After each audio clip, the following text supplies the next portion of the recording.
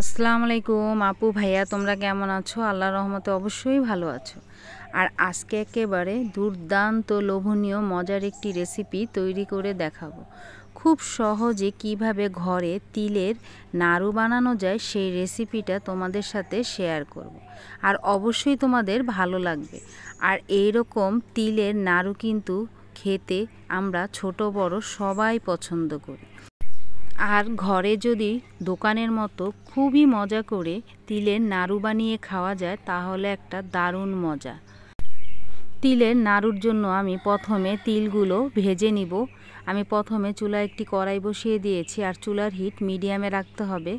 আমি এখানে 1 কাপ তিল হালকা ভেজে নিব আর অনবরত নাড়তে হবে, না হলে কিন্তু পুড়ে যাবে।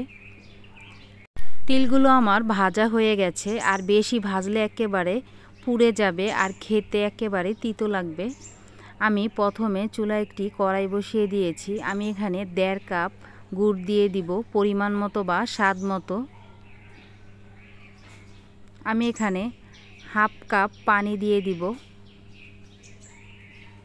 গুড়গুলো এখন ভালো করে জাল দিয়ে গলাতে হবে। তোমরা চাইলে চিনি দিয়েও বানাতে পারো। চিনির জাল দিয়ে একেবারে ক্যারামেলের মতো বানিয়ে তারপরে তোমরা তিলগুলো দিয়ে এরকম মজা করে তিলের নাড়ু বানাতে পারো। দেখো গুড়গুলো জাল দিতে দিতে একেবারে ঘন হয়ে গেছে।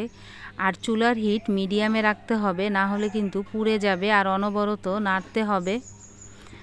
গুড়গুলো নাড়তে নাড়তে দেখবে একেবারে আঠালো ভাব চলে আসবে।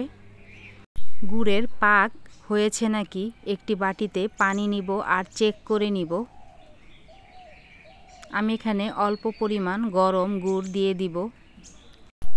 পানিতে দেওয়া মাত্র গুড়গুলো দেখবে একেবারে জমে বসে গেছে, তার মানে গুড়গুলো আমার পাক হয়ে গেছে। আর গুড়গুলো যদি এভাবে না জমে দেখবে পানির সাথে মিশে যায়, তাহলে গুড়গুলো ভালো করে জাল দিতে হবে। অল্প পরিমাণ এলাচ গুঁড়া দিয়ে দিব, তাহলে নাড়ুর থেকে একটা সুন্দর ফ্লেভার আসবে। 1 চিমটি লবণ দিয়ে দিব পরিমাণ মতো। আর প্রতিটা মিষ্টি জিনিসে একটু লবণ দিলে এর স্বাদ গুণ অনেকটাই সমান থাকে। ভেজে নেওয়া তিল 1 কাপ দিয়ে দিব। এখন অনবরত নাড়তে হবে আর সবগুলো তিল গুড়ের সাথে ভালো করে মিশাতে হবে।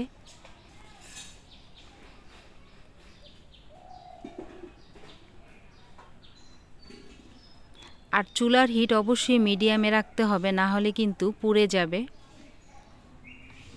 সবগুলো উপকরণ ভালো করে মিশানো হয়ে গেছে। এখন চুলার থেকে নামিয়ে ঠান্ডা করে তারপরে নাড়ু বানিয়ে নিতে হবে। একেবারে ঠান্ডা করা যাবে না, বেশি ঠান্ডা হয়ে গেলে কিন্তু তুমি নাড়ুগুলো ভালো করে বানাতে পারবে না। এর জন্য হালকা কুসুম গরম থাকা অবস্থায় নাড়ুগুলো তাড়াতাড়ি করে বানিয়ে নিতে হবে।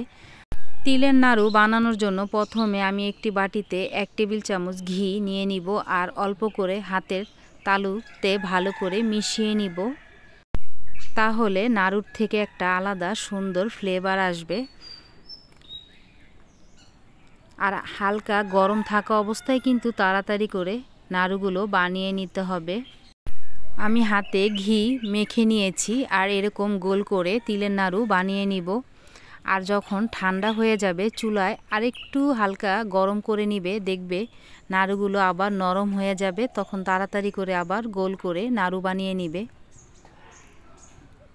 আর সবগুলো নাড়ু এভাবে বানিয়ে নিতে হবে।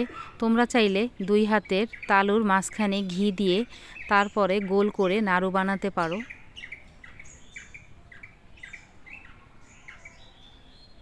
আর এইরকম মজার তিলের নাড়ু কার কার পছন্দ অবশ্যই কিন্তু কমেন্ট করে বলবা।